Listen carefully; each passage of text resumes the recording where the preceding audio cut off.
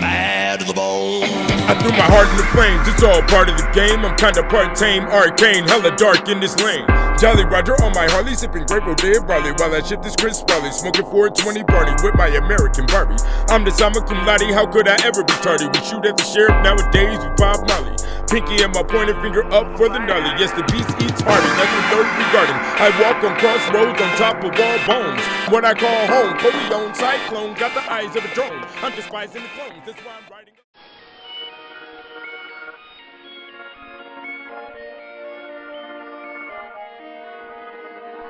Real nigga spit ain't nothing but facts.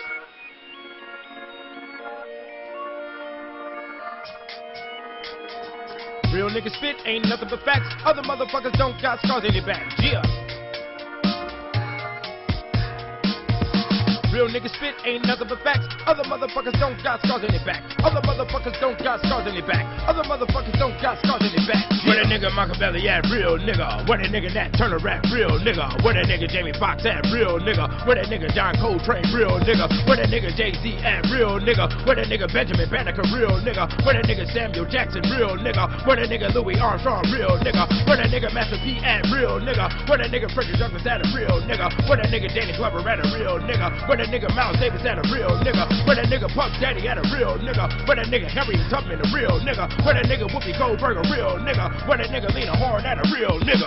Real nigga spit ain't nothing but facts. Other motherfuckers don't got scars in their back. Other motherfuckers don't got scars in their back. Other motherfuckers don't got scars in their back. Real nigga spit ain't nothing but facts. Other motherfuckers don't got scars in their back. Other motherfuckers don't got scars in their back. Other motherfuckers don't got scars in their back. Where that nigga Beyonce at? A real nigga. Where the real Rick Ross at? A real nigga. Where that nigga Washington Carver? A real nigga. Where that nigga Fred Hampton at? A real nigga. Where that nigga Maya Angelou? A real nigga. Where that nigga Jeff Fort at? A real nigga. Where that nigga Malachi York? A real nigga. Where that nigga Angela Davis? A real nigga. Where that nigga Shaka Khan at? A real nigga. Where that nigga Rayful Edmond? A real nigga. Where that nigga Madam Walker? A real nigga. Where that nigga Asada Shakur? A real nigga. Where that nigga Oprah Winfrey at? A real nigga. Where that nigga Madam Sinclair? A real nigga. Where that nigga Colin Muhammad? A real nigga. Where that nigga Huey P. Newton? A real nigga. Real nigga spit ain't nothing but facts. Other motherfuckers don't got scars in their back. Other motherfuckers don't got scars in their back. Other motherfuckers don't got scars in their back. Real nigga spit ain't nothing but facts. Other motherfuckers don't got scars in their back. Other motherfuckers don't got scars in their back. Other motherfuckers don't got scars in their back. Where that nigga Mayweather at? A real nigga. Where that nigga Martin Luther King? A real nigga. Where that nigga Idi Amin? A real nigga. Where that nigga Emmett Till at? A real nigga. Where that nigga Tiger Woods at? A real nigga. Where that nigga Malcolm X at? A real nigga. Where that nigga Chaka Zulu at? A real nigga. Where that nigga Mike Brown now? A real nigga. Where that nigga Bo Jackson at? A real nigga. Where that nigga Marcus Garvey at? A real nigga. Where that nigga Mansa Musa? A real nigga. Where that nigga Trayvon Martin? Real nigga. Where that nigga Magic Johnson at? A real nigga. Where that nigga Obama at? A real nigga. Where's that Amistad shit full of real niggas? Pour out a bottle of Louis for real niggas.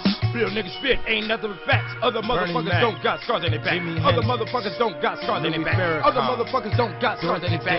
Real nigga spit ain't nothing but facts. Other motherfuckers don't got scars in their back. Other motherfuckers don't got scars in their back. Other motherfuckers don't got scars in their back. Real nigga spit ain't nothing but facts. Other motherfuckers don't got scars in their back. Other motherfuckers don't got scars in their back. Other motherfuckers don't got scars in their back.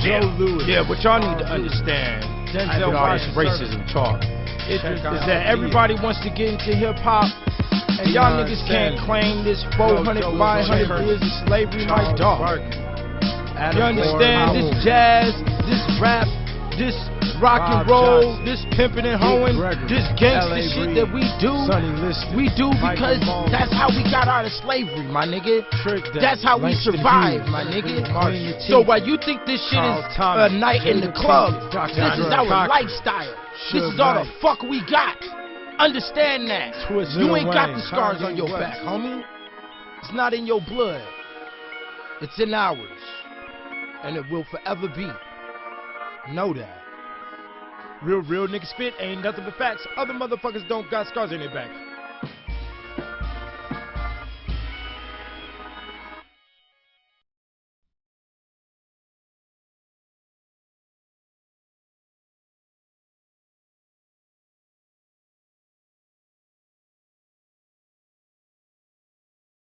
Niggas can't see how the business work. They got to come to the round table. That's right. With the God and set it. Black Pop. Right, that's what I'm saying. Hey man, we gotta. I got a presentation coming up. We ain't got the date set because we round tabling That's over right. here. We going together though. Yeah. Okay, go ahead. You know, this kicked out of heaven, you know, the untold history of the white races from 700 to 1700 AD. We're gonna go, boy, going in on your master.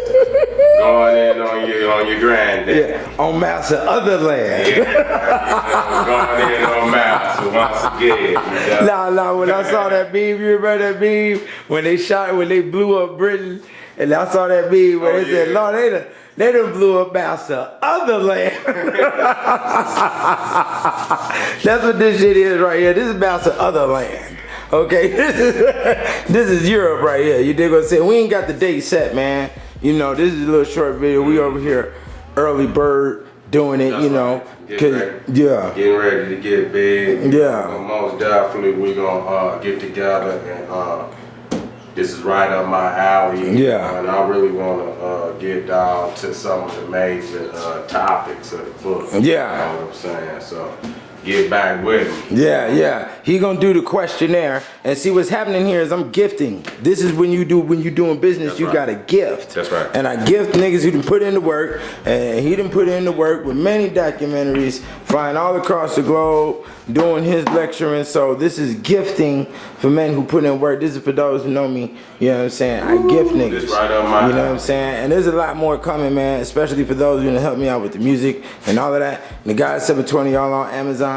Keenan Booker all on Amazon. You can you know, put both names in the search engine and different products will pull up. That's you right. dig what I'm saying? So Right. yeah, we making this real early. This ain't number 2-3 minutes, man. Let y'all niggas know how we do in Vegas, man. Early bird get the worm. That's right. You know what I'm saying? BangOnTheBeats.com. Yeah, bangonthebeats.com. He got tell him about the come ups. You got this. This is already in stone, man. Oh man, July the 9th, I'm gonna be in Dallas. You know, Pan African Connection.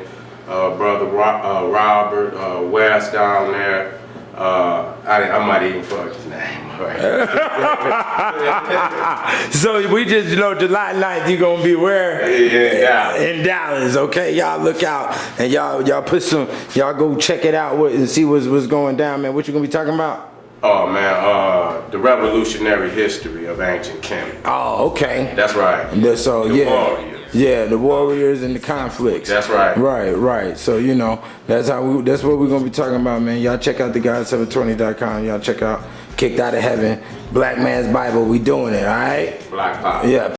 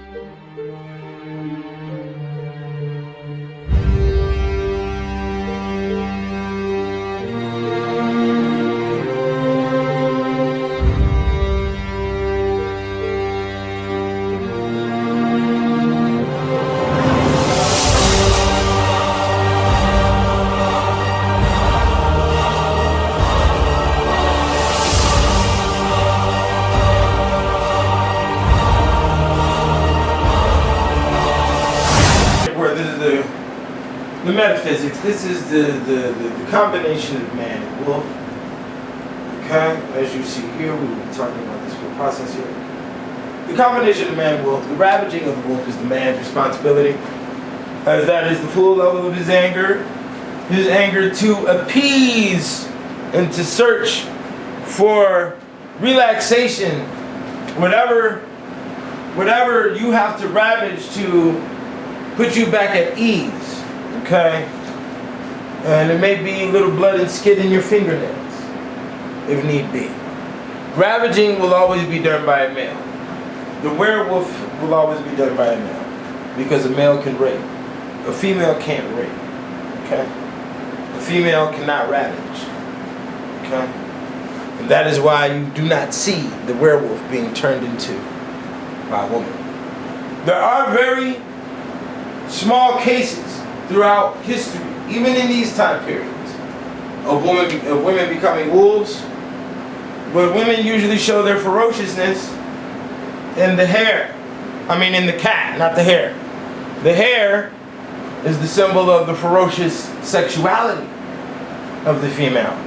The cat is the symbol of the ferocious seduction and mystery.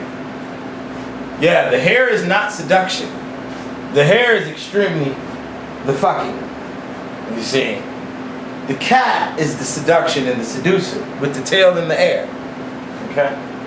Now, when we go back to the man, we look here and we see the battle of the man and the wolf.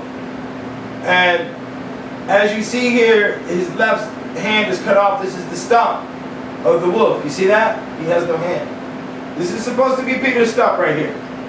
Okay? Now, but it's supposed to be his left hand cut off. This is his right hand cut off. Okay? Now, right here is Peter's stump tied to the wheel. Okay?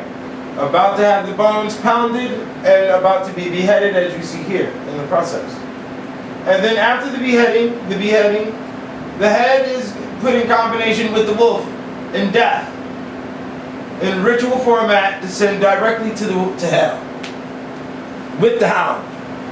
Okay? Now, the wolf of hell takes the soul.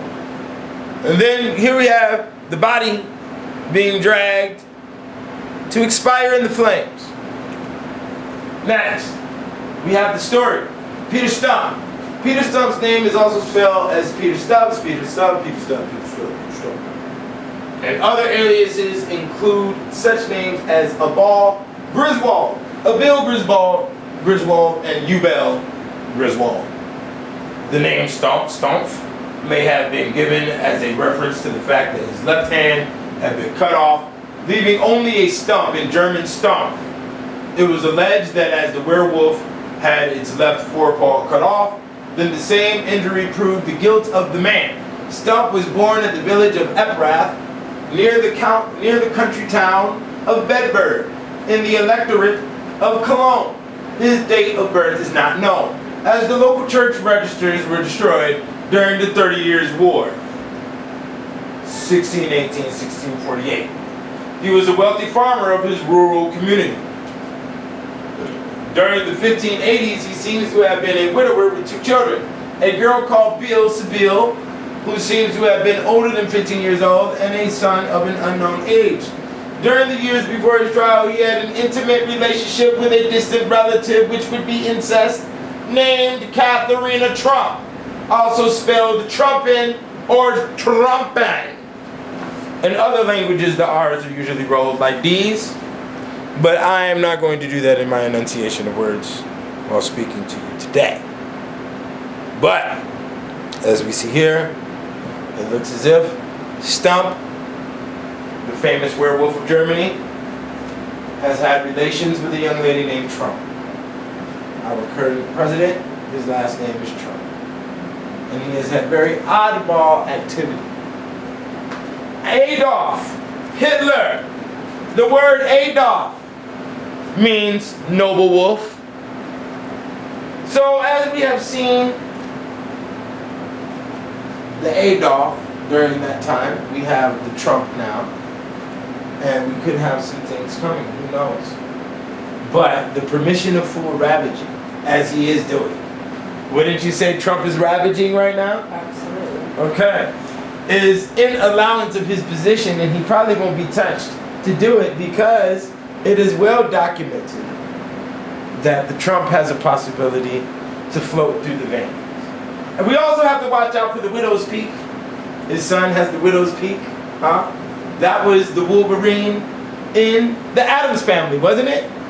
The little boy was the werewolf, wasn't he? And didn't he have that strong ass widow's peak? Huh? Okay, there we go.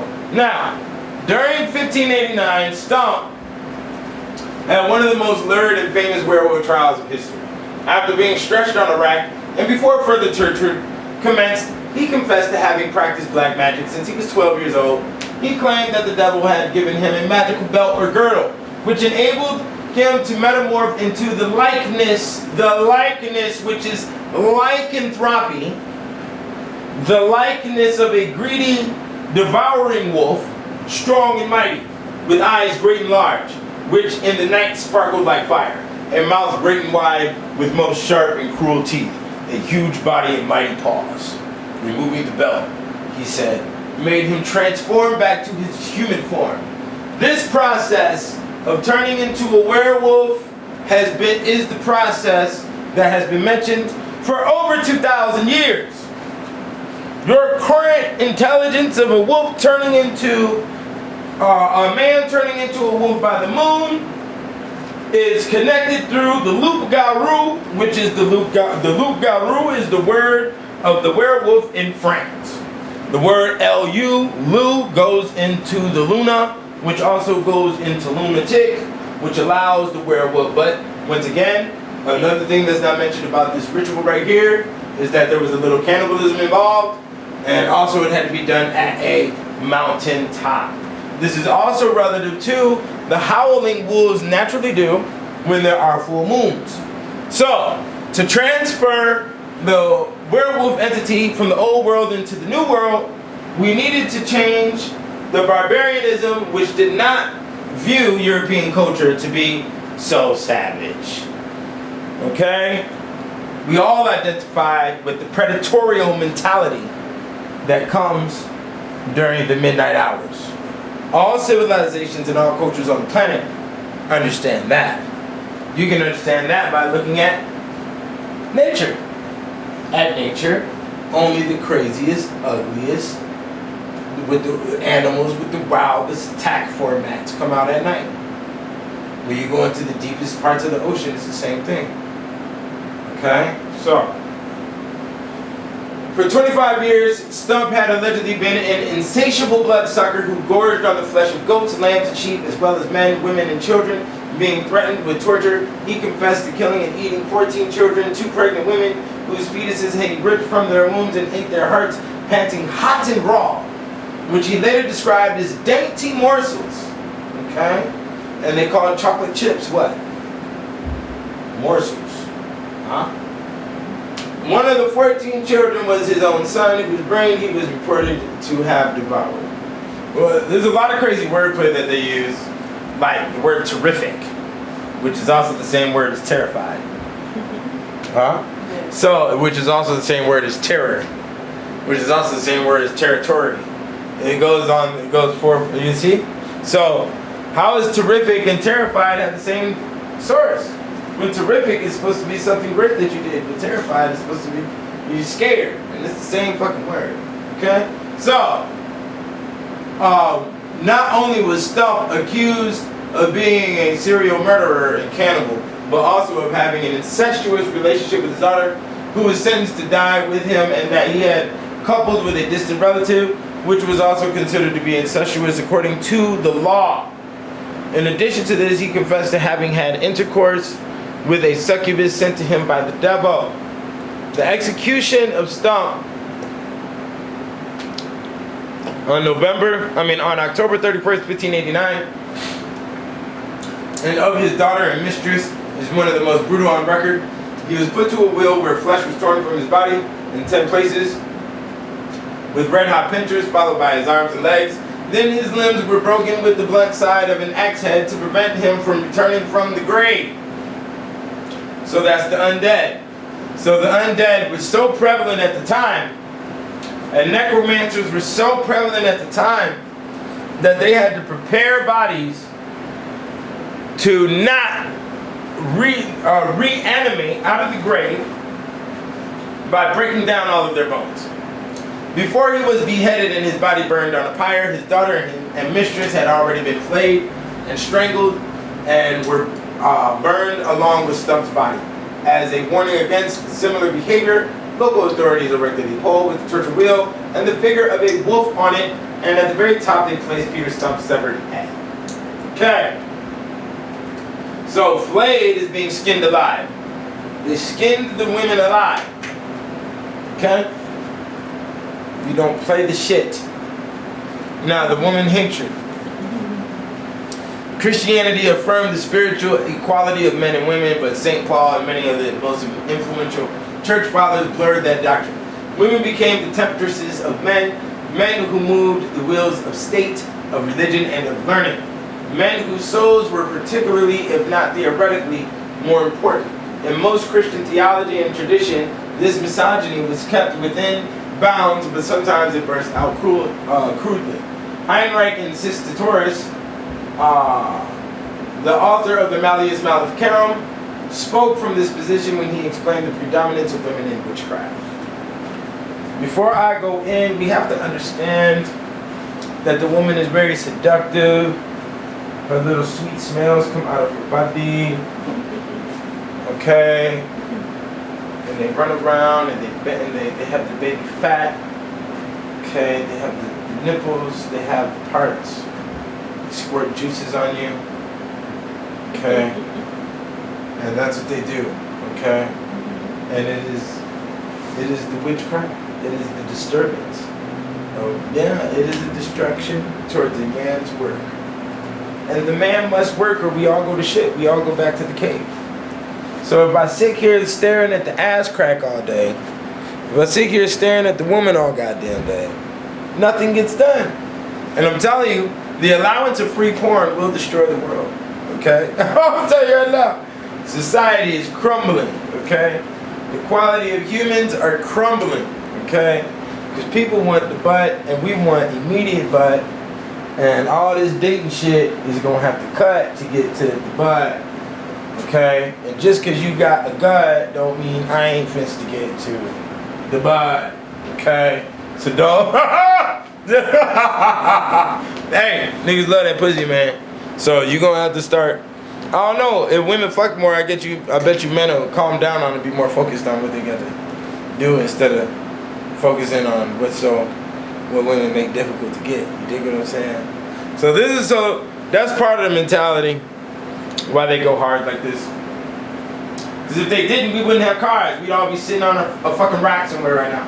Anyways, what else is woman but a foe to friendship? This is Christian theology. This is how a high-ranking priest who wrote the Malleus Maleficarum thinks about the women. What else is woman but a foe to friendship and inescapable punishment? A necessary evil, a natural temptation, a desirable calamity, a domestic danger, a delectable detriment, an evil of nature, painted in fair colors. The word woman is used to mean the lust of the flesh. As it is said, I have found a woman more bitter than death, and a good woman more subject to carnal lust. Women are more credulous, and since the chief aim of the devil is to corrupt faith, therefore he rather attacks them. Women are naturally more impressionable. They have slippery tongues and are unable to conceal from their fellow women those things which by evil arts they know. Women are intellectually like children. She is more carnal than a man, as is clear from her many carnal abominations. She is an imperfect animal. She always deceives. Therefore, a wicked woman is by her nature quicker to waver in her faith, and consequently quicker to abjure the faith, which is the root of witchcraft. Just as through the first defect of their intelligence, they are more prone to abjure the faith. So through their second defect of inordinate affections and passions, they search for, brood over, and inflict various vengeances, either by witchcraft or by some other means. Women also have weak memories, and it is a natural vice in them not to be disciplined, but to follow their own impulses without any sense of what is due. She is a liar by nature. Let us also consider her gait, posture, and habit, and which is Vanity of vanities. Illmatic. Yeah, so that's what it is. Okay? All religions have a problem with women. All of them do. As soon as the woman come through in the religion, okay, look at the ground, put this cloak on, bitch. That's right. You gonna put on. You don't see shit. We got the pussy in here. Okay, put her over here. Yeah, you gonna bake in the basement. Get your ass. Get your ass up there in the choir. That's right. You gonna be involved. We gonna lock the pussy down. Soon as the pussy get up in religion, any religion, name it, they lock it down. Put the hat on, bitch. That's right. Do the motherfucking Put the cake on, bitch. yeah, put it. Bake a cake. God damn it. Okay, have the shit together. Now, these are the witches and their arts. Your witchcraft will always be caught. And this is the man in the looking through the window catching the devilish work. She's flying out of the chimney. And they got caught and they got burned on with faggots at the feet. Okay? We will stir the fire on your monkey ass. Okay? The devil collects the soul of the witch. These two devils gonna go hang this witch. This is probably some picture drawn out of a woman whose deprivation was too high and wanted to die. And there's many cases of that as well, of women who were like, well, he said I'm a witch, so I'm a witch. Kill me, I don't give a fuck. The existence and the deprivation was so high. The rape and the amount of time she done went through the shit, the rape and the neglect was so high, huh? Because once you get raped, the neglect advances. Your thought pattern on neglect probably expounds way greater after you've been raped. You see what I'm saying? So yeah. So then right here we have the witches being hung. This is a picture out of England. This is the witch hunter collecting the money. There's a lot of money transferring right now. These are the nuns praying for them. Okay. And then this is the I don't know who this dude is, but they're all definitions. I got the A, the B, C, and the D. I got it all written down in the book. I think this picture is in the book. Okay, so because the book has 197 pictures in it, I loaded it up so y'all can get a full draft on what's going on here. So, what is the reason for the sexism, chauvinism, or more accurately misogyny? Middlefort observed that the 16th century tended to be unusually misogynistic, possibly because the demographic changes produced a larger number of women and covens declined. If, as Middlefort estimates, perhaps 20% of women were never married, and between 10 and 20% were widows, then something like 40% of women may have lived without legal and social protection of husbands. Many unmarried women and widows found a home with brothers, sons, or others, but their proportion of single and lonely women seems to have increased.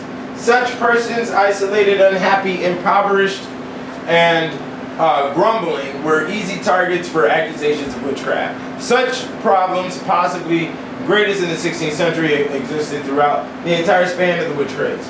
At Bamberg in Bavaria, the executions from the year 1610 to 1640 were at the rate of about 100 annually.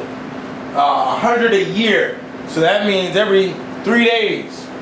Okay? One woman suspected of witchcraft was seized because having immoderately praised the beauty of a child. It had shortly afterwards fallen ill and died. She confessed upon the right that the devil had given her the power to work evil upon those she hated by speaking words in their praise. If she said with unwanted fervor, "What a strong man, what a lovely woman, what a sweet child," the devil understood her and afflicted them with diseases immediately. It is quite unnecessary to state the end of this poor creature. Many women were executed for causing strange substances to lodge in their bodies of those who offended them. Bits of wood, nails, hair, eggshells, bits of glass, shreds of linen and woolen cloth, pebbles, and even hot cinders and knives were the articles generally chosen. Fucking compliments, bitch, because I know I'm shit. From the hair to the nails to the game I spit, you got nothing coming. So if you disrespect me, whole bitch, you better start running. I control my own destiny, baby. So get in where you fit in, bitch, and if you smell something stinking, that's me, because I'm the shit. I had to put those bars down from the great Sugar Free, because you have to understand, man, that what you call pimps of today actually have a lot of witch hunter to them. You know, they're witch hunters in reality, and they force witches to love. Period. Witches don't love. Witches have been neglected, raped, and put into their position. You know, but they still understand that in society they need a man, just like these ones up here was understanding, right? That you need a man for your full definition, kid. Okay, and you can't get no, you can't. Yeah, so, you know, you can't even do it, okay? You can't get no man, then you look like a fool out here, you dig? So, don't think that you good, you gravy, or you grand, because you got your little job and you go on your vacations and all this other shit. 9 times out of 10, you still a witch, you dig what I'm saying? And that's what's happening here. A lot of witches are being developed through media and through society, without them being known that they're being developed, okay? And that is a very nasty situation that you may be going to sleep with a witch and you don't even know, okay? So what's very important here is just what a strong man, what a lovely woman, what a sweet child. I don't deal with no compliments like that. I mean, I like compliments and all that's good, but I don't find that as any form of prestige, you see? I don't find that as any form of fame. You know, but as you can see, a lot of people could have died, or the child could have died from receiving a simple little compliment. We don't know what these people know, because this is what's in their history and they're still showing us this shit on TV. Okay? They still got all your Bewitched and all your dumbass TV shows. This shit is still in front of us. So we don't actually know what the fuck these motherfuckers know, or what the fuck these motherfuckers are doing, or why the fuck everybody else across the planet was too much of a fucking coward to understand this shit, or why it's been so many generations, people were fucking, you know, they were too, you know, they didn't get to it. You know, this shit should have been figured out a long time ago. But in actuality, I have to admit that a lot of this information is deep within American lore, and it really started getting cut off at around 1940, 1950, after the multitude of different wars that went down. You know, there was a cleanup of a lot of ancient information of America, which allowed witches to run rampant. And that's basically what's going on today. So with the worship of the whoredom, of strippers and all that other shit, all of these are different forms of witches that niggas know nothing about, and you are underneath extreme attack, and then you wonder why you're emasculated, you have no dick, you have no money, you're on child support, okay? Women living without the patriarchal family support of father and husband had little influence and little legal and social redress for wrongs. They had to do what they could. Since they were barred from normally effective means, they had recourse to means typically employed in powerless people. Arson, for example, was frequently attributed to old women, since it is a crime that can be free suspicion. An angry glare would be interpreted as the evil eye, and irate epithet as a curse, muttering as invocation, and loitering as working a spell. Old men also ran this kind of risk, but widows almost always outnumbered widowers. Women tend to live longer and did that, providing they survived childbirth. During the plagues, women survived much more readily, in some places being a recovery rate at least 600% higher than that of males. Under the stress and fear that accompanied the plagues, it was common to suspect the women of using magic to ensure their survival, or even of encompassing the deaths of the men. This very weakness of the social position of women, particularly widows or unmarried women, made it safer to accuse them than to accuse. Men whose political, financial, legal, and even physical strength rendered the accuser more liable to reprisals. A physically weak, socially isolated, financially destitute, and legally powerless old woman could offer only the deterrent of her spells. Meaning they were useless to society. So get rid of them and collect the booty. We collect the booty, the spoils of war, all of her finances, and we divide them amongst the witch hunter, we divide them amongst the executioner, and we divide them amongst the state, as the claiming of the witch's body is now rendered as state property. Okay? And that's the way this game works. Okay? A woman who is not a lover, a woman who is past the age of 30 and only has pets in her home, A woman who does not have a man. A woman who only has one child and is of an ugly view, an ugly appearance.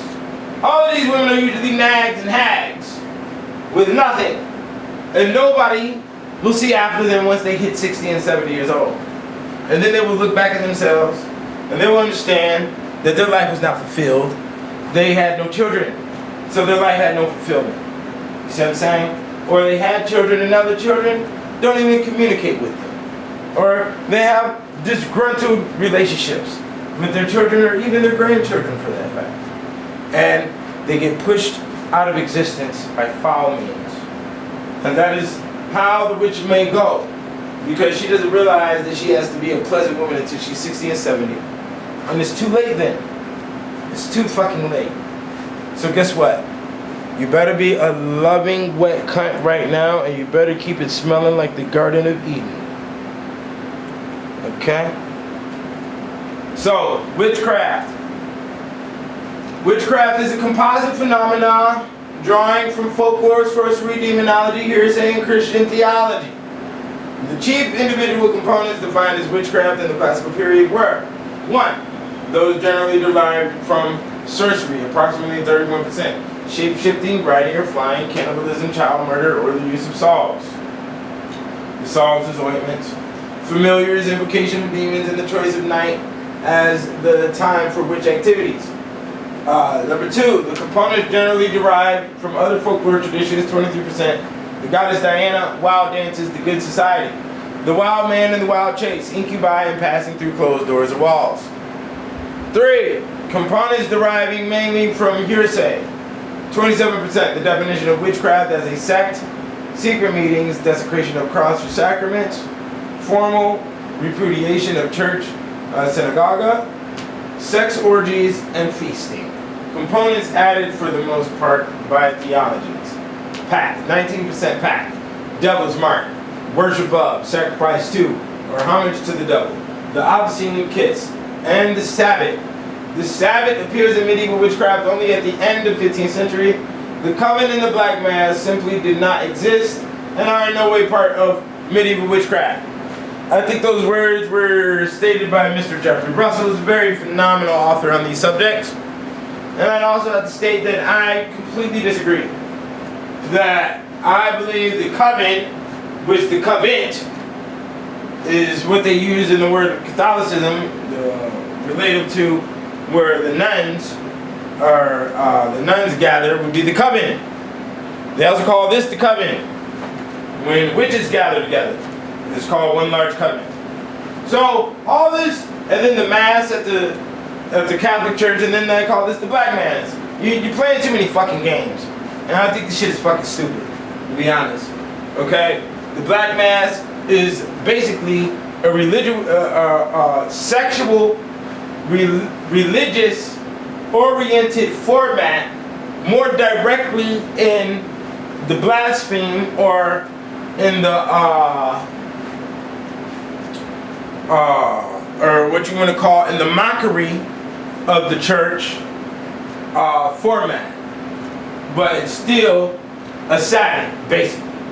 The black mass is a Sabbath with more religious orientation to it that's related to church, to the Catholic Church activities, fused into it. That's it. It's all the same shit to me. Okay, here go the pictures of a bunch of witches. This right here is a Druidic witch. Okay, these right here are other witches. Okay, this is with the conical hat. This picture is 1850 something. This picture is supposedly of a class of witches from a specific school somewhere in Europe. Now, I don't know if these are pictures are Halloween pictures or if these are real pictures.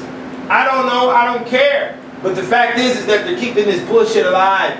They got the brooms right here. Each one of these women got brooms. They're all wearing the black. They all got on the hats. So, they got some shit going. Whether the shit is real or not, who knows? Okay? But I know they forced it down everybody's throat on the planet. Okay, 3 elements are necessary for witchcraft: the evil intentioned witch, the help of the devil, and the permission of God, who, though he hates evil, allows it to occur. Since without freedom, with its potential for evil men, would have no potential for good. Witchcraft is the most evil of all crimes, and worthy of the most severe punishment, for it is immediate and direct reason against God itself. The malleus, so hold on, before we continue, you see that right there, permission of God. So, this whole witchcraft thing is allowance by God, because God uses devil to punish man. And that's the structure that this thing operates by. The malleus defined witchcraft as the most abominable of all heresies. Its four essential characteristics being the renunciation of the Christian faith, the sacrifice of unbaptized infants to Satan, the devotion of body and soul to evil, and sexual relations with the incubi. Witches have become servants of the devil by making a pact with him and engaging in ritual copulation with Satan.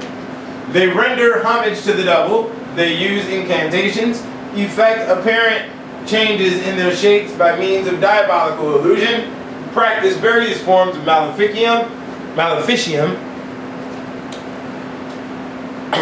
are transvected through the air from place to place by the power of demons, and use the Christian sacraments in their vile rites. They cook and eat children, either their own or those of others, and they use the children's flesh and bones to obtain a salve or ointment, which they then employ in their magical operations. Now, America has 11,000 some people missing a year. So define that. For we have seen the witchcraft as it existed in Europe from the 11th century was mainly the spawn of the Gnostic heresy, by its very nature embraced and absorbed much of heathendom. In some sense, witchcraft was a descendant of the old pre-Christian magic, but it soon assumed a slightly different form, or rather at the advent of Christianity, it was exposed and shown in its real foul essence as the worship of the evil principle, the enemy of mankind, Satan. The enemy of mankind. Okay. Sorcery, pagan religion, and folklore were the first three elements in the formation of European witchcraft. Christian heresy was the fourth. When the witch craze began at the end of the Middle Ages, its most important beliefs were the riot by night, the pact with the devil, the formal repudiation of Christianity, the secret nocturnal meeting, the desecration of the Eucharist and the crucifix, the orgy, the sacrificial infanticide, and cannibalism. Every one of these elements was either introduced into the tradition of witchcraft by hearsay or at least heavily modified by it. The mythological origins of witchcraft are a mixture of elements Teutonic, Celtic, and especially Greco-Roman. The wild hunt associated with early witchcraft originated in a pagan Teutonic myth in which the souls of dead warriors rolled through the night in a destructive raging procession. This myth carries with it the cathesis of the release of violence and brings together hunting, war, and menstruation. Hence, by the Middle Ages, the wild hunt was led by Artemis Hecate, goddess of both fertility and of killing. Divination and necromancy. This is a list of the different types of necromancies here. So we're gonna read some of these. Electriomancy is, the reading is by Cox or Poultry. The antinopomancy by the entrails of women and children. This is reading the future, finding answers to things by looking at the organs or using, or using a certain type of system, So capnomancy, the smoke was the system. Botanomancy, which is botany, which is the herbs. Okay. Caromancy, by melting of wax, which would be candles. Cephalonomancy is by broiling of an ass's head. You boil a donkey's head and you'll be able to tell the future. Okay. Chiromancy is by the hands. So when they say palmistry, reading of the hands, it's chiromancy. Okay? Let me see here. What's the name? Demonomancy is by the suggestion of evil demons or devils. Gastromancy is by the sounds or of signs upon the belly. Okay? Hydromancy is done by water. Let me see here. Philomancy is done by the navel. Oniromancy is done by dreams. Okay.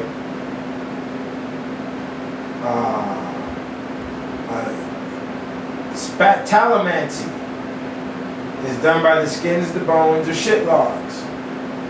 Okay. So yeah, there's a bunch of them. Now here's a picture of a bunch of magic mirrors. Magic mirrors, as you can see here, this one right here is most likely made of copper on the outside. This one right here is most likely made of obsidian. Same with this one right here and this one. I've heard of magic mirrors being made of several different types of materials. Copper being one, bronze being one, iron, steel being used as a magic mirror. Is not the mirrors that you use in the bathroom are not the materials in which the mirror itself has to be compiled by certain, has to be made in a specific way for you to be talk to the other side. Okay. The art of cataptromancy or divination by means of a mirror has been practiced by necromancers and clairvoyants of all ages. The Romans called such persons speculari. So the speculators, okay? Perhaps even nowadays, every speculator is more or less a visionary. Varro, the contemporary of Cicero, says that the art originated in Persia. Pythagoras, 550 BC, consulted a highly polished steel mirror at the full of the moon in a book of all forbidden arts, written in 1455 by the Duke of Bavaria's physician. A similar use of a beautiful, bright, polished sword is mentioned. In his account of scrying with a steel mirror, Johannes Hartlieb says, I have seen masters who maintain they can prepare mirrors such that any man or woman can see in them what they will. He also says that other reflecting surfaces can be used. There are even priests who will use the very paten that serves at Mass to hold the host. They believe falsely, adds Hartlieb, that only angels and not demons can appear on such a consecrated object. One might suppose that a mirror would make an ideal tool for divination that requires concentration on a reflective surface, because mirrors are designed specifically for reflection. A modern mirror, however, might be distinctly inappropriate for this purpose, precisely because it reflects too well and too realistically, giving too little scope to imaginative play and the power of suggestion. Perhaps the mirrors used in divinatory experiments were less polished, but at least in some cases the magician is instructed to use a polished mirror.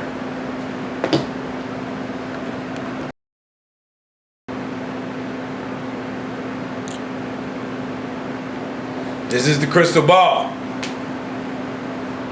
The crystal ball, John Dee's crystal ball, specifically right here in the British Museum. The crystal ball was used for divination as well. They were used to tell the future, tell a future lover, make demons appear in the crystal balls to give powers or to give specific rituals, so on and so forth. The first adopters of crystal gazing would stare deeply into the stone, falling into a meditative trance that would allow the subconscious to open and reveal secrets of past, present, or future. Although popular opinion would have us believe psychics are only good for knowing what's going to happen, true crystal balls can see in any chronological direction depending on the seer's ability. This act of gazing into a reflective or translucent surface to glean prophetic insight came to be known as scrying. And while it's a gross sounding word to say out loud, the practice can be used on literally anything, including blood, water, mirrors, and even oily fingernails, though crystal balls are the most common mechanism for this type of divination.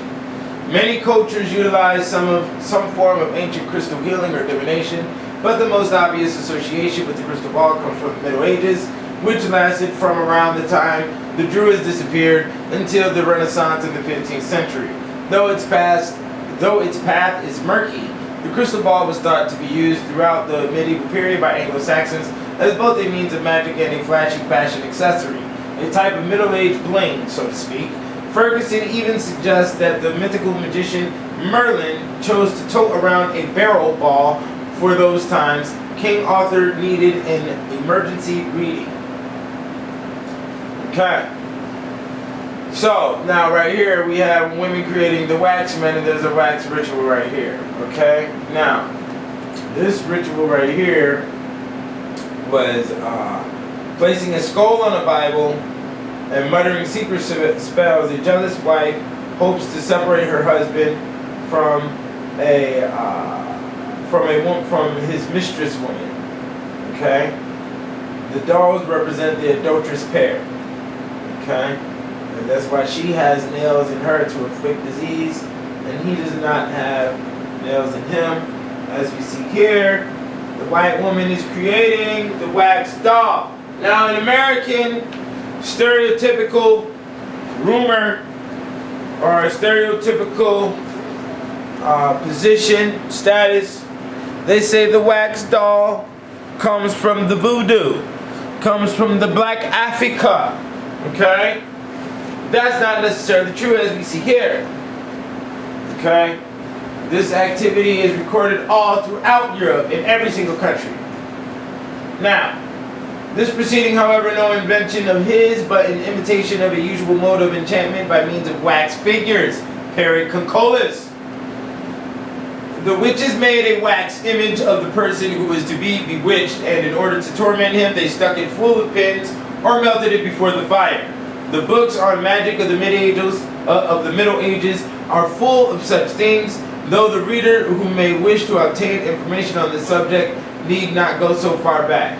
Only 80 years since, the learned and celebrated Storch of the School of Stahl published a treatise on witchcraft worthy of the 14th century. Okay. In 1331 France, Count Robert of Artois, and female associate charged with attempt on Philip VI and Prince John, and with other sorcery, killing through use of wax images. The woman burned. That was the case right there, of a woman being caught with the wax images. There's many other cases noted in the book. Now, the necropants, Narbok. This comes out of Iceland. Okay? Icelandic witchcraft. To show you how far it stretches. Scottish witchcraft, German witchcraft, French witchcraft, Italian witchcraft. It's all different. They all have base principles which are similar, but the details do differentiate, pertaining to specific culture, to protect individuality, and also to protect mass unity. Okay, by the power of suggestion. Okay, is what we have here. Now, necropants in Icelandic witchcraft, Nabrok, okay, calculed as necropants, literally death underpants, are a pair of pants made from the skin of a dead man, which are capable of producing an endless supply of money. The ritual was practiced in the 17th century. The ritual for making necropants is described as follows. If you want to make your own necropants, literally Nabrok is how it's pronounced, it's Nabrok, you have to get permission from a living man to use his skin after his death. After he has been buried, you must dig up his body and flay the skin of the corpse in one piece from the waist down. As soon as you step into the pants, they will stick to your own skin.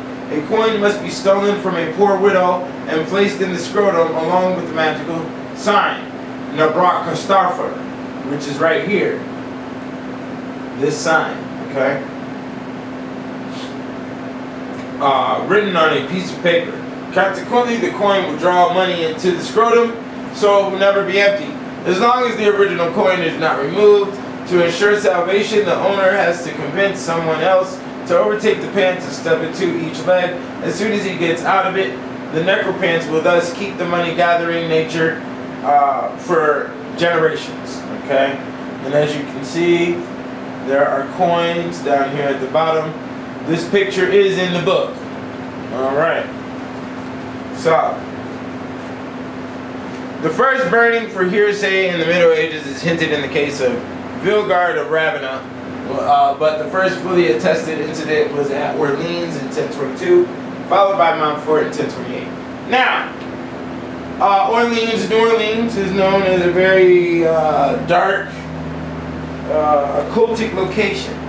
We have to understand that Orleans, the word alone, comes from France, Same with the word voodoo, which comes from the word Vol.II, which may be mentioned here in a second. Okay.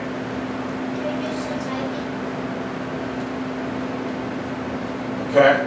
Now, it is no coincidence that the witch hysteria was at its height precisely in the period when torture was most widely used. Torture did not create witchcraft, for witchcraft already existed, but it was responsible for fanning the flames of popular hysteria into the Holocaust of the 16th and the 17th centuries. A more serious case was that of Alberic of Brittany in 1076 through 1096, a priest who smeared the crucifix with excrement and poured animal blood over the altar, then caught it in vials and sold them as relics to the credulous. Alberic doubtless had little to do with witchcraft proper, but that such things could occur indicates that superstition, crudeness, and blasphemy that existed from which witchcraft could draw strength. The minor frivolous charge made by Adhemar that the devil daily gave the heretics money found few later echoes and may be dismissed, except as an illustration of what materially immediate solidity Satan might exhibit. Of the witch charges at Orleans, the four most significant are the sexual orgies, the sacrifice of human beings, specifically children, the burning of the children, and cannibalism. So, as Orleans is known as the voodoo and the Vol.II, all of that comes from France, as the New Orleans Saints is the football team, and the football team uses the fleur-de-lis symbol, which is also the French symbol, but which is the warrior symbol for Europeans across the board, as the fleur-de-lis is a double symbol of a sword and a flower. So it's just like today's Guns N' Roses, basically. The romanticism of death. Okay, the love of war. Witches. Other acquaintances may say that a witch is a person having psychic powers. It is true that most witches claim psychic powers, but possession of such powers does not make one a witch. There is much more to witchcraft than that. Others may think that witches practice voodoo, which is a misunderstanding of both witchcraft and voodoo. Voodoo is a religion combining Christianity and African paganism. Its rites are designed to protect against witchcraft and other evils. This is why voodoo uses Catholic saints and Christian saints, and we do not know why. Here it is. Because voodoo was given to the African pagan slaves as a protection against European witches and the wars that they were going through, as they considered the Africans to be wholeheartedly on the pagan side. So in converging of them and supposedly bringing them into Christianity, they also had to give them a defense mechanism against who they're going to war with, and that is the devil and the witches. And the creation of this combination of the European Christian theology with African paganism developed voodoo. Rightfully so, because this is the same process in which all pagan tribes of Europe went through in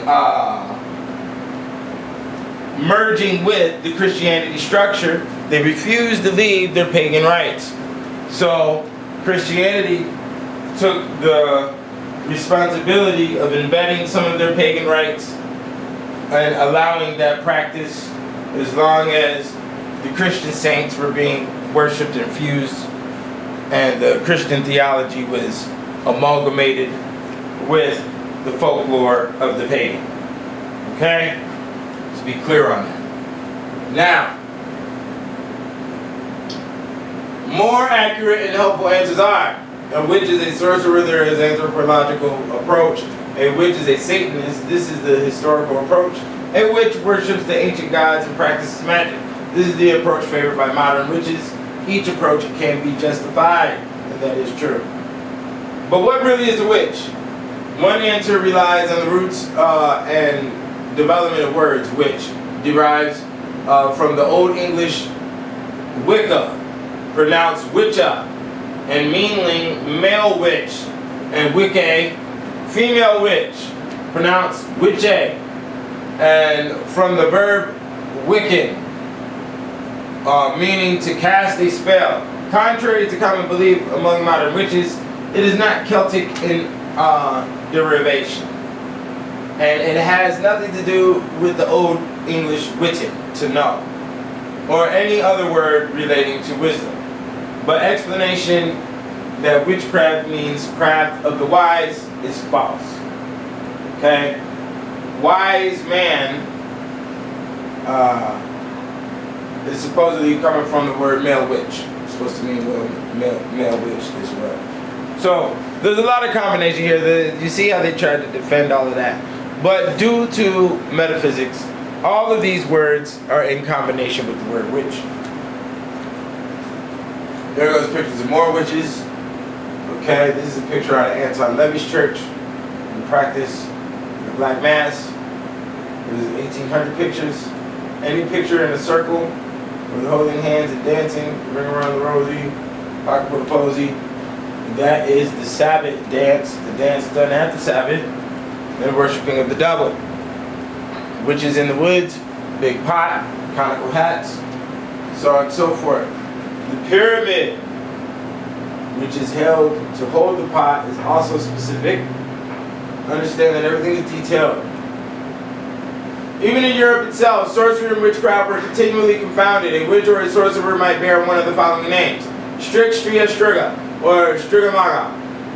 Originally a screech owl, then a night spirit and vampire, finally a witch, Sorterius or Sortilegus, a diviner one who reads the lots, Sortes, Masca, occasionally Talamasca, associated with the use of animal masks in festivals. The Mia or Mama, a vampire, Maleficus, Maleficus, one who does evil, magic, Maleficium. Scobax, from Greek, scopes, a screech owl, a Latin, scoba, a broom. Gazarius, from Catharis, or Catharist, a heretic. Waldenses, from Waldenses, a Waldentian heretic. Okay? Herbarius, a herb gatherer. Pythonissa, a prophetess. Python, the snake. Prophet. The snake is the prophet. Facture, which seems to derive from the Latin factus and to mean a maker of spells. Divinatory, diviner. Mathematicus, diviner. Necromanticus, diviner by corpses, corrupted by Negromanticus. Beneficus, preparer of potions, usually poisons. Potion, poison. Tempestarius, stormmaker. 17, enchanter, one who makes incantations. Anglo-Saxon, Wicca. Witche, Wicca, one who divines or casts spells. The masculine form of Wicca is more common than the feminine Witche. German Hex, deriving Old High German, Hagazusa, a night spirit, cannibal, or sorceress. Okay, now, Hex, German Hex. A hexagon is 720 degrees, which is also the honeycomb. Understand? Hex. Okay? Henry A. Kelly goes so far as to say that in the context of Christian demonology, witchcraft means any human activity attributed to the help of evil spirits. From the theological point of view, there is no difference between witchcraft, sorcery, and magic. Witchcrastration, they cut you off your dick and throw it in the tree. Let's see what they're talking about. There are those writers who speak of men impotent and bewitched, and therefore by this impediment brought about by witchcraft, they are unable to copulate. And so the contract of marriage is rendered void, and matrimony in their cases has become impossible. For they say, and St. Thomas agrees with them, that if witchcraft takes effect in the event of marriage, before there have been carnal copulation, then if it is lasting, it annuls and destroys the contract of marriage. And is it quite plain that such a condition cannot in any way be said to be illusory and the effect of imagination? Okay? So they thought that men would think that their dicks wouldn't work, and it wouldn't work basically because of what the men was thinking. Okay, it was illusory in effect, or a glamour effect that the witch casted upon the man, so the man would think that his dick wouldn't work. Okay, and a woman can do that in many different ways, just by belittling you in talk and the way she talks. Okay, so this is the witch castration, and this is talking about. This is definitely talking about erectile dysfunction, okay?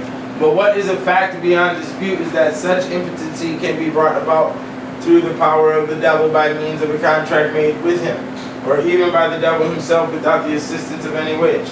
Although this might rarely happen in the church, since marriage is a most excellent sacrament. The marriage is a holy sacrament. This will be discussed in volume 3. Okay? So for you to be denied marriage is to be denied of the holy sacrament. And for you to be denied of the joy of marriage, which is the sexual union of you and your partner, which is the expression of love, then you can render the contract null and void. Now, if this was applicable today, which on the books it probably is, written on many state contracts, that if the man renders impotent and cannot bring forth child or pleasure, then she can she can renege on the contract. Here we go. A similar experience is narrated by a certain venerable father from the Dominican House of Spires.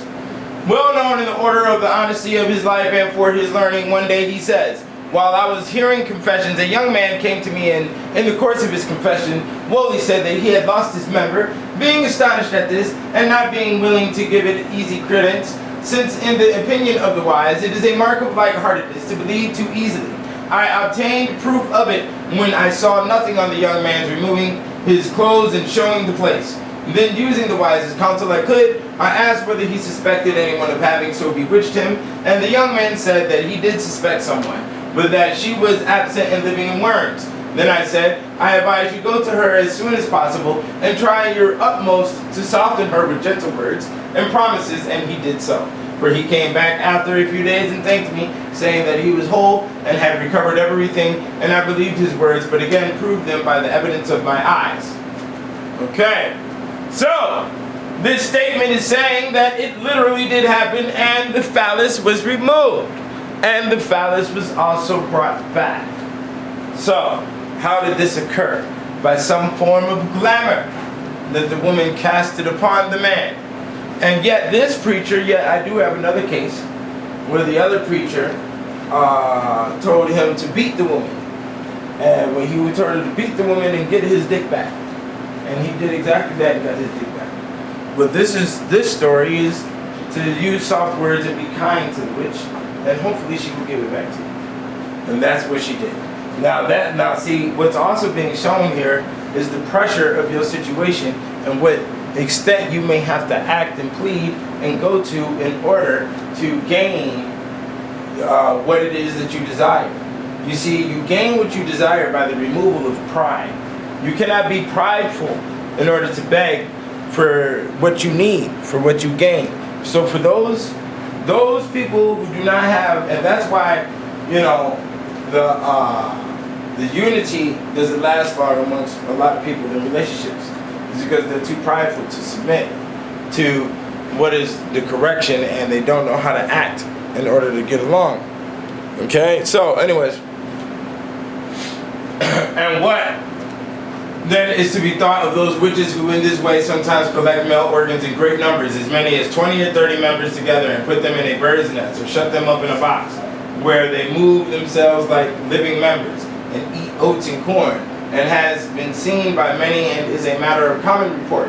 It is to be said that it is all done by devil's work and delusion, for the senses of those who see them are deluded in the way we have said.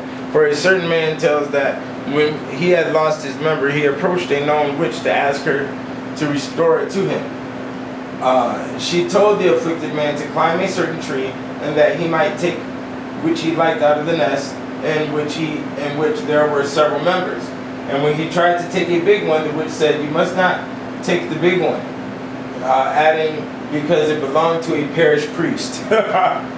So during the medieval times, there was a lot of literature that you've seen in Volume 1, where the priest was known for boning all the women.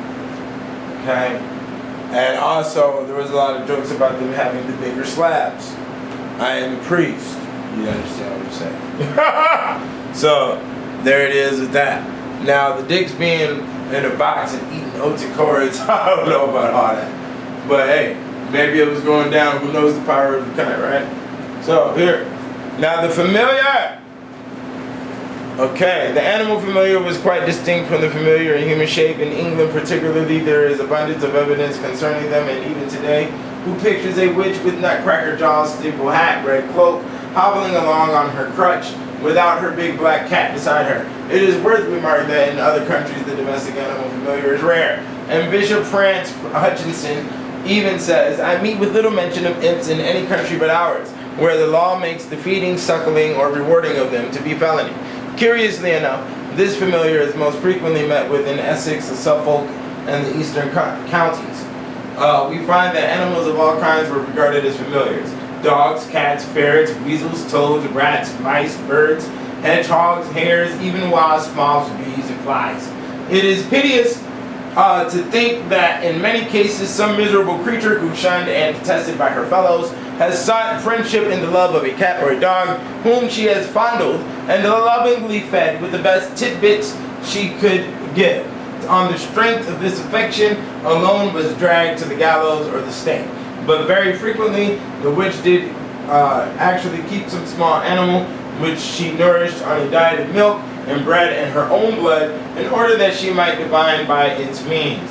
The details of this particular method of augury are by no means clear. Probably the witch observed the gait of the animals, its action, the tones of its voice, easily interpreted to bear some fanciful meaning, and no doubt a dog, or such a bird as a raven, a doll, could be taught tricks to impress the implicity of inquirers. Okay. Now, here goes the imps. There's many of them. My imps' names are. This is Matthew Hopkins, Witch Finder General. Okay? We maintain the witch. Holt is the name. Jamara. Sack and Sugar. News. There goes the news familiar. I told you. This was drawn in 1647. So the news. Today's news. Okay? Is a familiar witch. Okay? Understand that. It is a pet witch. Vinegar Tom, Grizzled Greedy Gut, Peck in the Crown. There's also names like, Dyke, Over the Dyke with it. There's the name of an imp. And all of these names, there's about maybe to 100 different little names of imps inside Volume 2. You need to understand it because these words are used today in different contexts. But we definitely can see that the spiritual content of the word has been maintained. And these words are hundreds of years old. 1647, that guarantees us at least 400 and, that's at least about 350, no, that's 360, 370 exactly. Am I right? No, that's 470. 470. Exactly to this day. 470 years ago. The word news is being used. Sack and sugar. Okay? So that's how old the words are confirmed. Now they probably go back further than that. But as we can see, that they embody the demons here. Now the classic account of familiars, however, occurs in Matthew Hopkins' discovery of witches 1647. After keeping her awake for 4 nights, Hopkins saw the familiar spirits come to Elizabeth Clark Holt, who came after keeping her awake for 4 nights. Now understand that. If you are kept awake for 4 nights straight, you're going to start to hallucinate. That is fact. Okay? The body goes through drought and all types of crazy shit. Okay? Now, Hope, who came in like a white kitten. Jamara, who came in like a fat spaniel without any legs at all. She said she kept him fat, for she clapped her hand on her belly and said he sucked good blood from her body.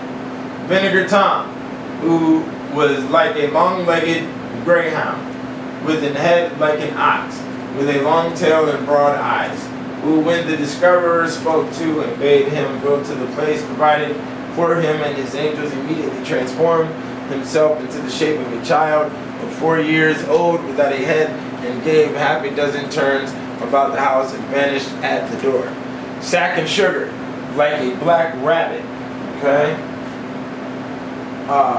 News, like a polecat. All these vanished away in a little time.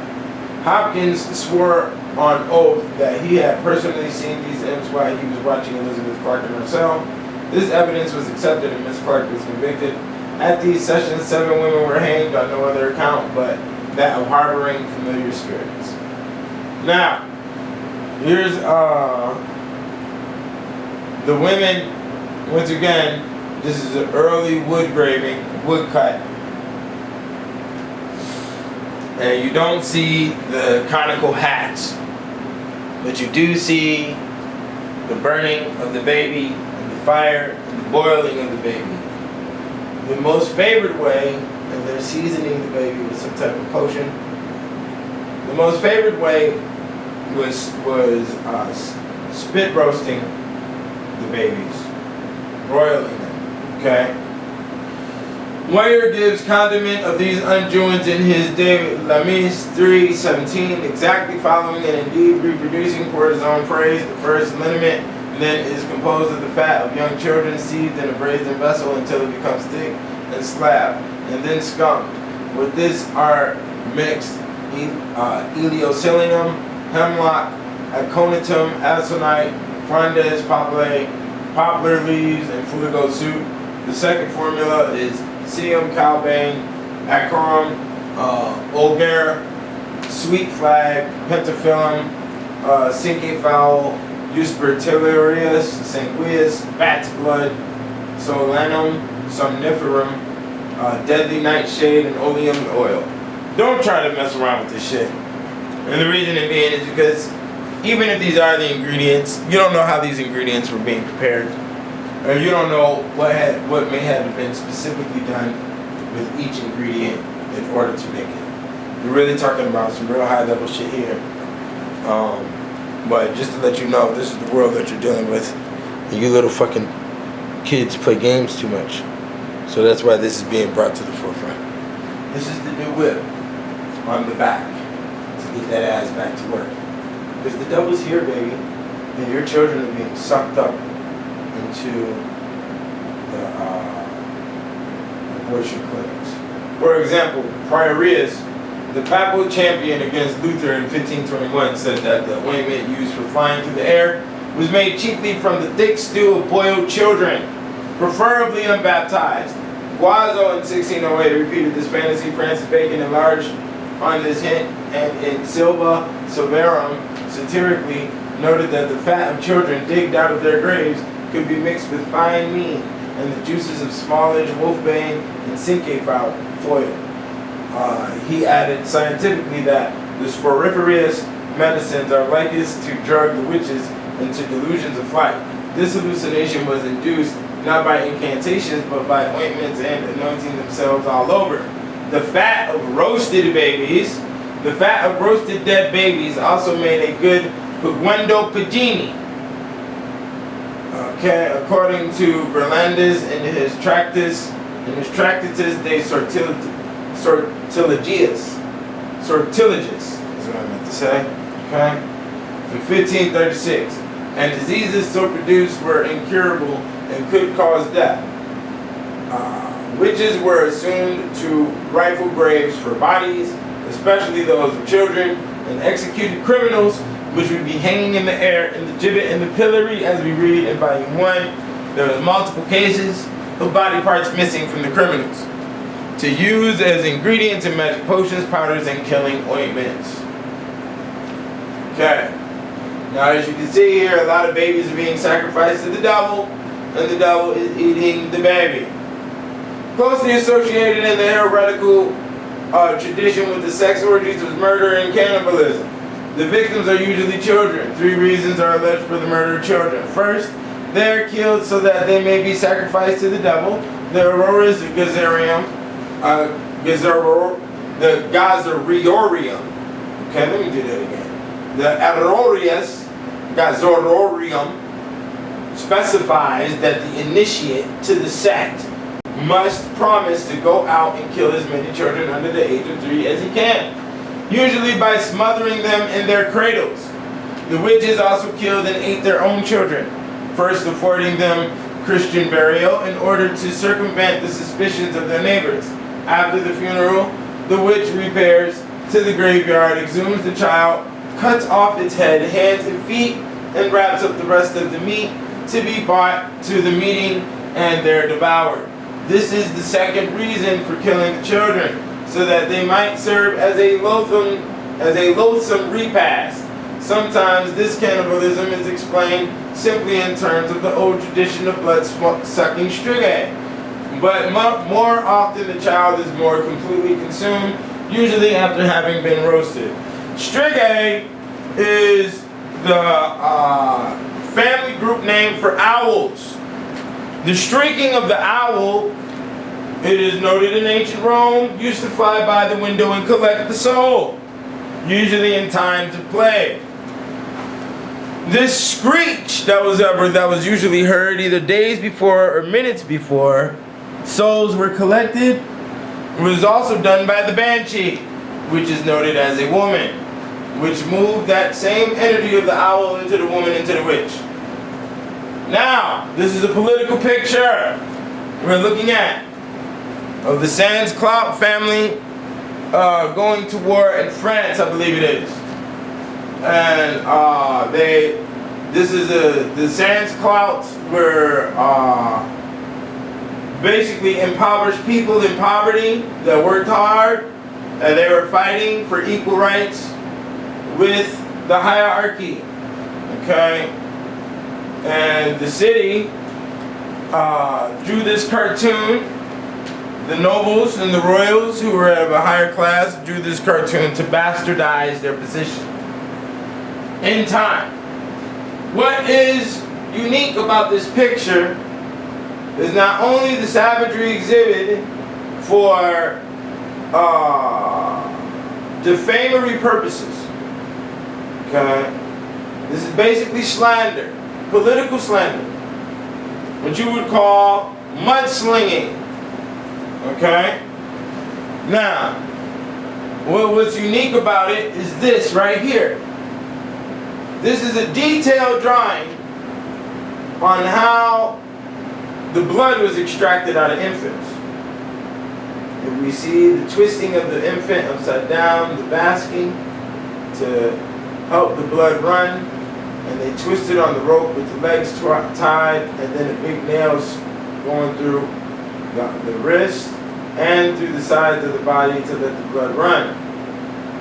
As we see, much cannibalism and other things are going on here in the picture. The eating of the eyeball, the body parts appear, the drawing of the execution on the wall. All of this has political definitions of what's going on. But the reason I'm using this picture, inclusive with the groom being colored right here, okay, which this is the witch and the groom, and then the children eating the entrails. These are human entrails that the children are eating. But this is the specific. For somebody of a royal class to be this detailed on how the blood was drawn out of infants, obviously, and for this to be a political picture, whether it being slander or not, is irrelevant due to the fact that there is a collective social understanding of this type of activity, which brings it to a closer fact of being real, especially this. Okay. Now in 1404 Paris, a report by Prevet, the bodies hanged on gibbets and bodies of stillborn babies were being stolen. Persons responsible were suspect of witchcraft, not clear whether judicial proceedings ensued. In 1455, Idolo, unspecified number of witches accused by Inquisitor, who requested aid of secular authority, had allegedly rejected sacraments, immolated children, adored the devil. In 1459, Andermatt, Katrina Simon, beheaded by municipal court for diabolism, sorcery using avalanches, inflicting illness, inflicting death on animals and infants, and transformation himself into animal. In 1461, the Diocese of Lausanne, a woman burned by ecclesiastical court for diabolism and sorcery, killing children. In 1467, Rome, Fraticelli, tried for holding nocturnal orgies and making sacramental powder from ashes of children. And sometimes these powders and the ashes of children were baked inside the bread, and the bread were dipped inside the blood of the babies and eaten as well. In 1467, Biel, man tried by secular court for diabolism and sorcery, weather magic, infliction of death, stillbirth and illness upon men, infliction of harm on animals. Okay. The osculum infame, the licking of the ass. Okay? This is what's been going on. Now in hip hop, everybody's been eating the booty. I think right now they got a new song out with your boy Chris Brown on it, and the girl is talking about he gotta eat the booty like groceries. Well, they're worshiping the devil. That's direct evidence. Because the licking of the ass is the worshiping of the devil. Okay, it is well documented here. Okay? And this nigga goes, nigga, you about that life, nigga? You ready, nigga? Look what this nigga said. I ain't come over here for all this. I'm finna pray, so hopefully I don't have to eat the booty. They eat the animal booty. The female like to eat the booty, the devil's booty, okay? This is the osculum infame in 1608. So it is 1608 here in the picture. It is now about to be 2018. So that is 410 years strong of eating the ass. And that's how they've been getting down. Okay, now they try to put it down on us. They say that we doing this shit. Where the eating booty coming from, I don't know. But it is here. The osculum infame may signify a kind of dark communion of eating of the god. A total taking into oneself of the devil. The osculum, connected as it is to formal renunciation of Christianity, may also have been an allusion to the Judas kiss. The kiss is the link between the sexual and witchcraft and the cannibalistic devouring of children. It is also noted that the anal is considered to be the devil's mouth. Okay? The other mouth is what the anal is considered to be.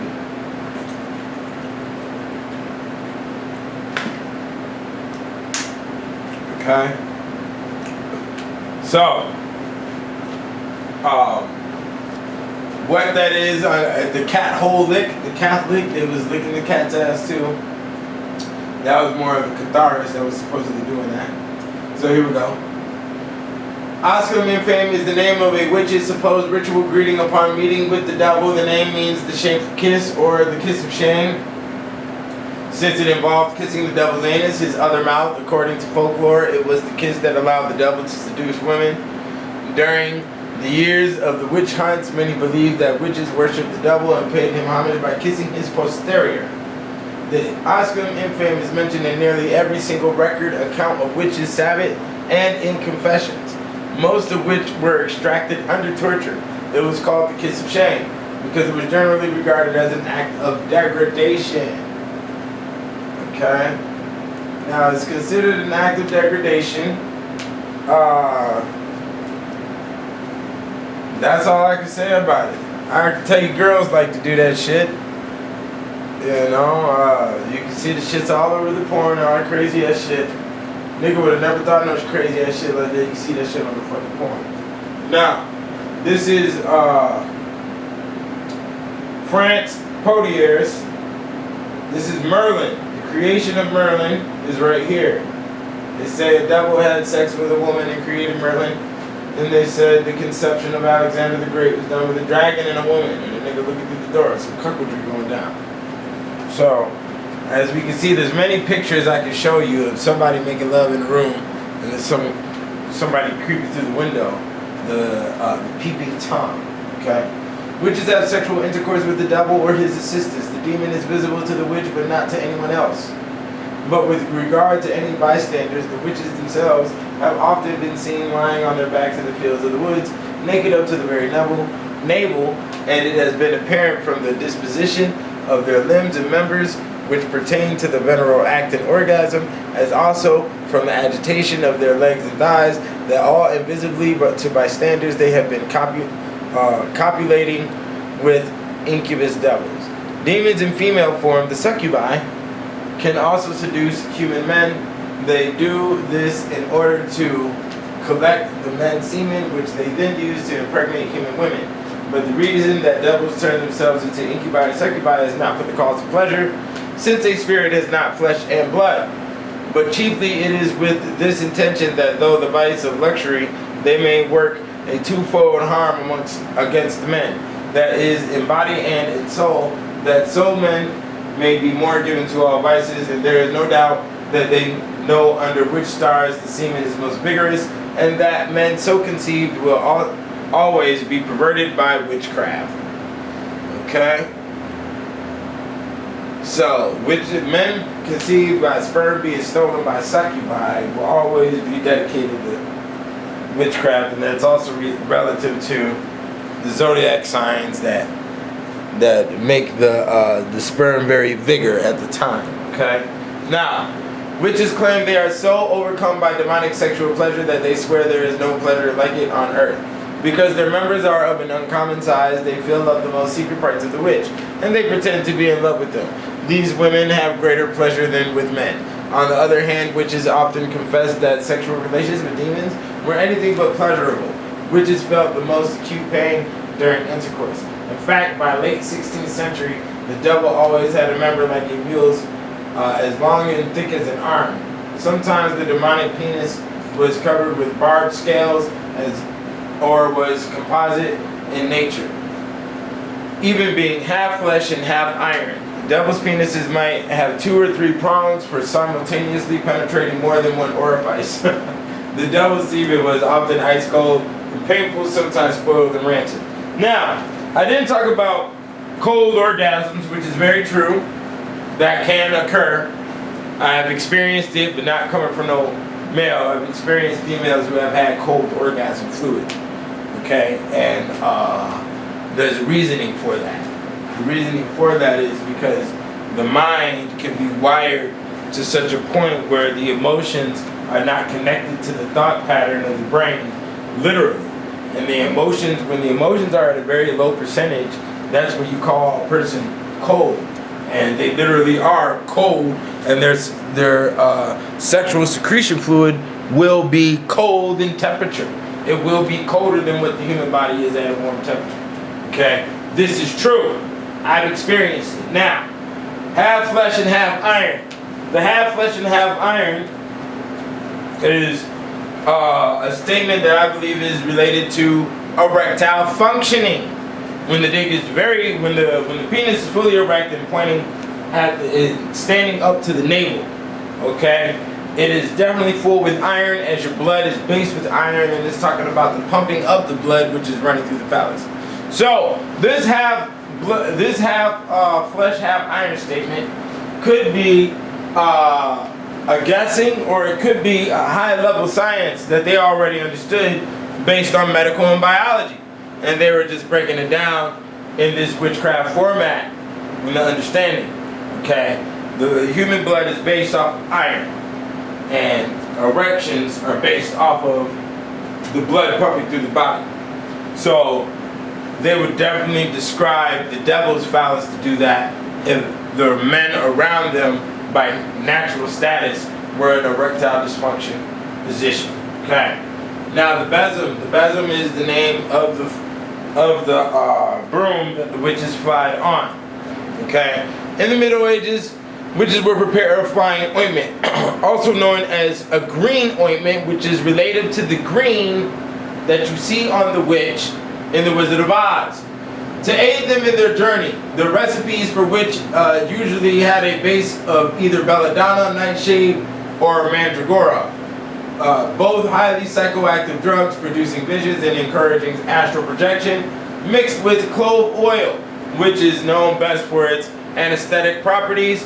Thus, the generally accepted theory about the origins of witches flying on brooms is based on a ritual involving a psychoactive drug trip.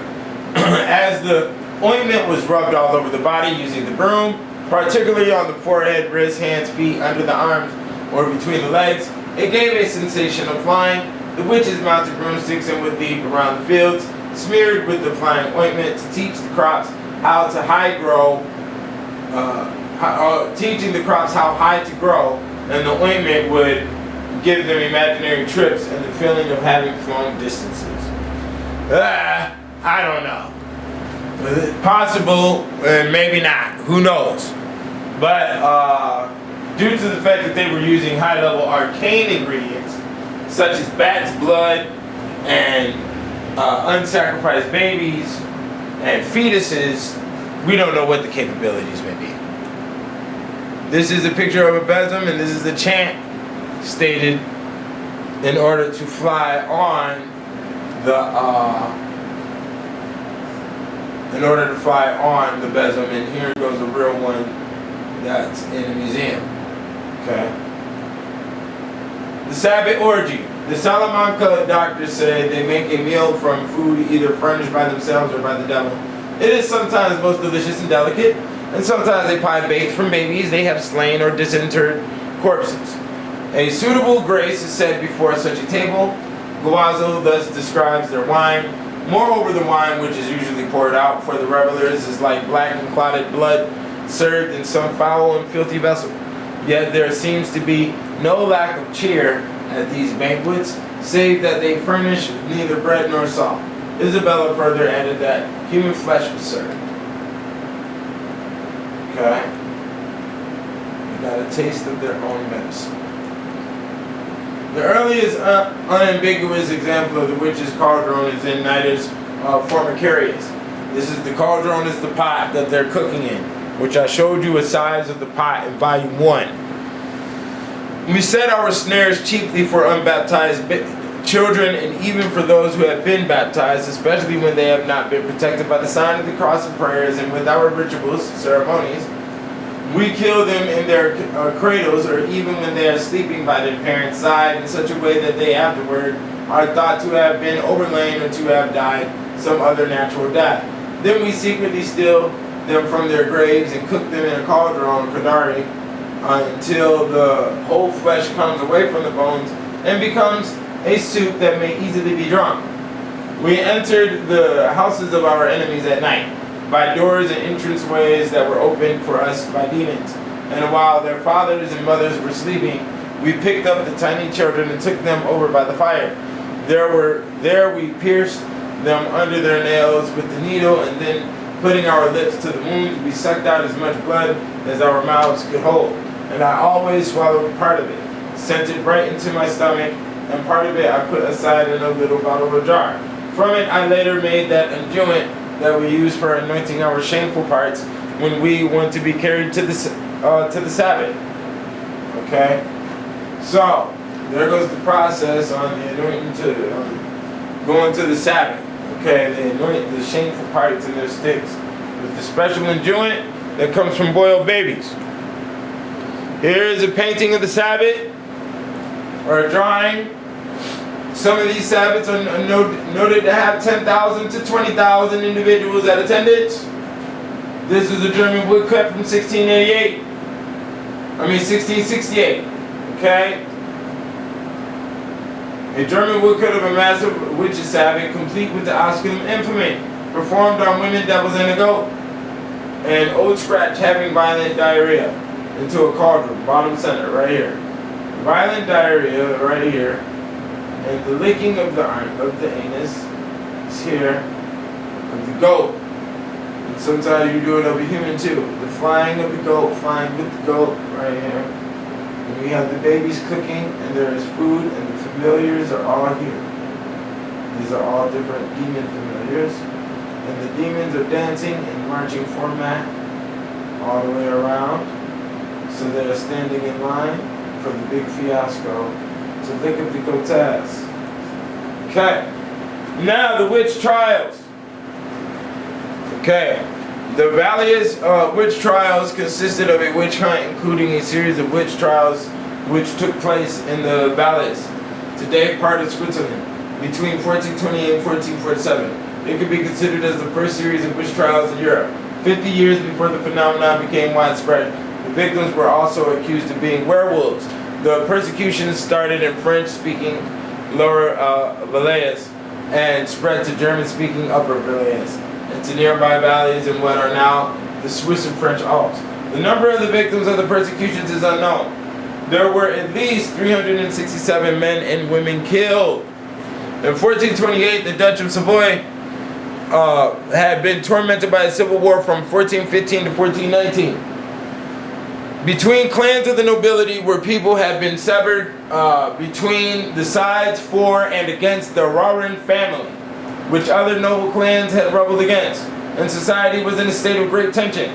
On August 7, 1428, delegates from 7 districts in Valais demanded that the authorities initiate an investigation against the alleged unknown witches and sorcerers. Anyone denounced as a sorcerer by more than 3 people was to be arrested. If they confessed, they were to be burned at the stake as heretics. And if they did not confess, they would be tortured until they did so. Also, those pointed out by more than 2 of the judged sorcerers were to be arrested. Okay. So to show you the large, great numbers they would go through. 300 motherfuckers got killed.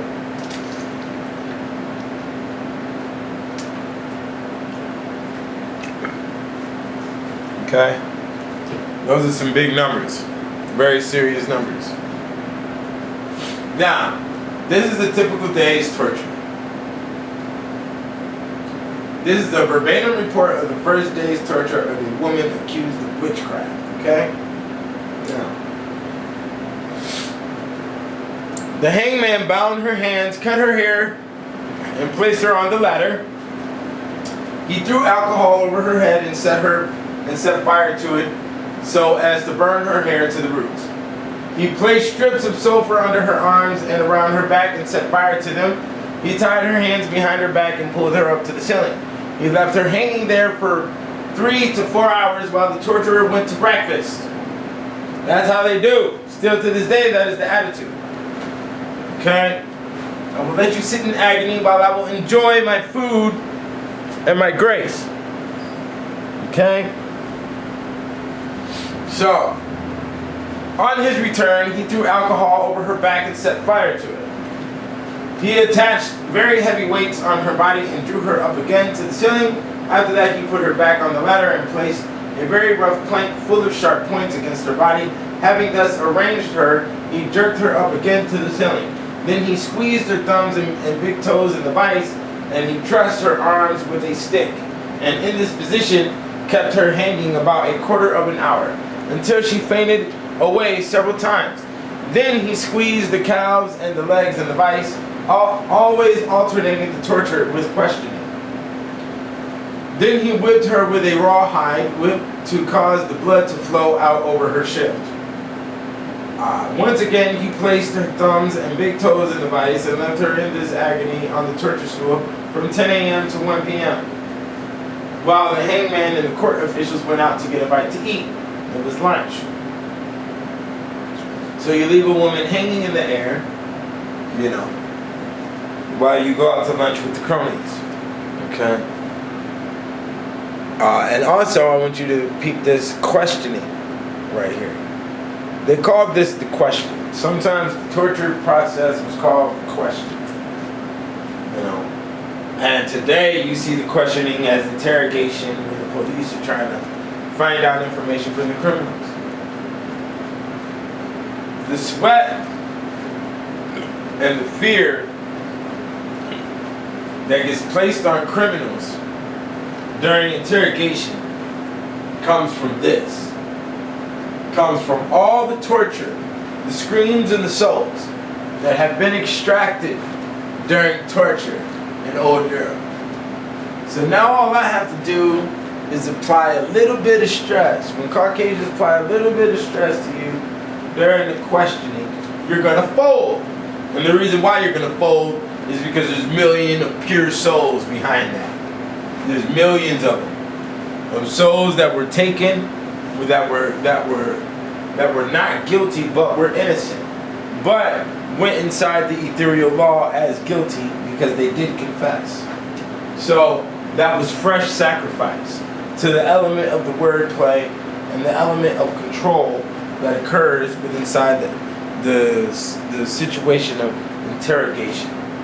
Okay, so in this afternoon, a functionary came who disapproved this pitiless procedure, but then they whipped her again in a frightful manner. This concluded the first day of torture. The next day they started all over again, but without pushing things quite as far as the day before. This was recorded in 1629, but put inside the book Hexen and Hexenmeister in 1860. So that was it for the witches, and there is much, much more in the Volume 2 than what you saw here today. Please believe there is a lot more that is in the Volume 2. What you see here is the cover for Volume 3 that will be coming out in September. We will be talking about the castrati, the castrated boy choir, the holy blood and the holy organs of many different saints, Jesus' holy foreskin. We have pictures of it. We have the fish bishop, saints who levitate, the incorruptible saints. We have monsters, gargoyles, the Spanish Inquisition.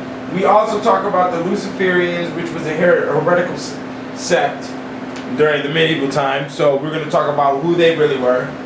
Okay, the catacomb bone churches and how they were designed, and whose bones are actually in the catacomb churches. So all of that will be talked about. I appreciate your time, appreciate your purchases. You go to thekickedoutofheaven.com to get the 3-volume series. Peace.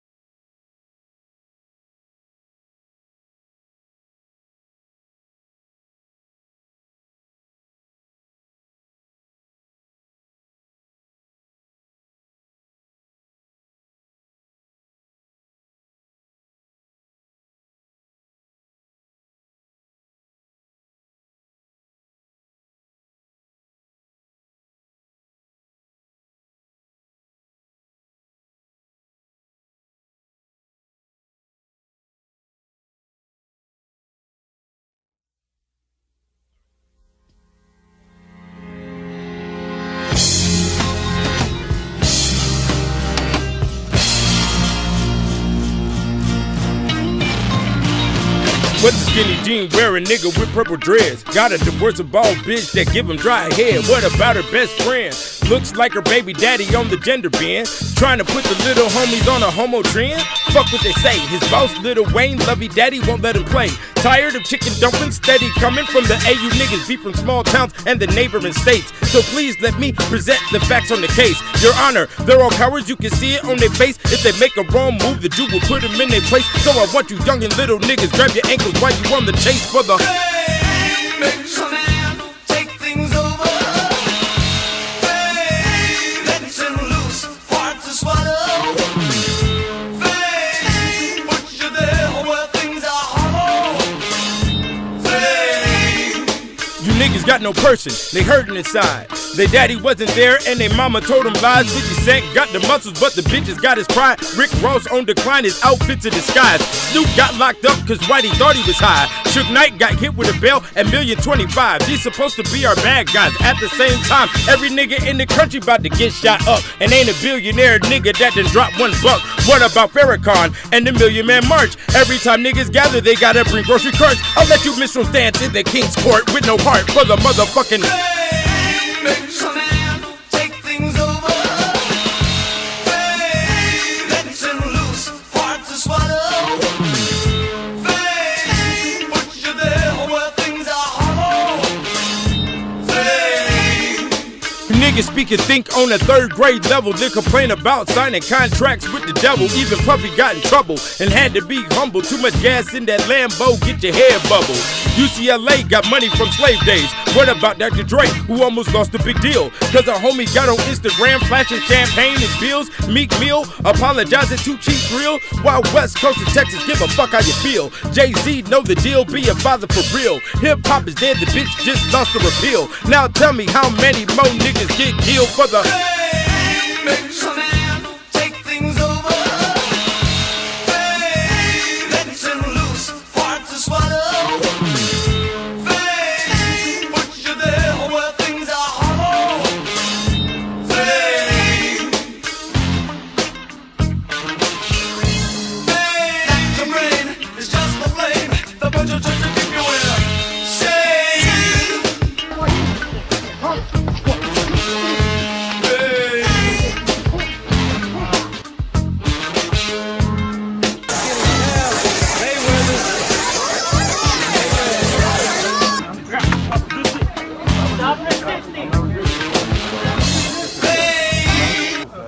Not resisting, sir. Not resisting.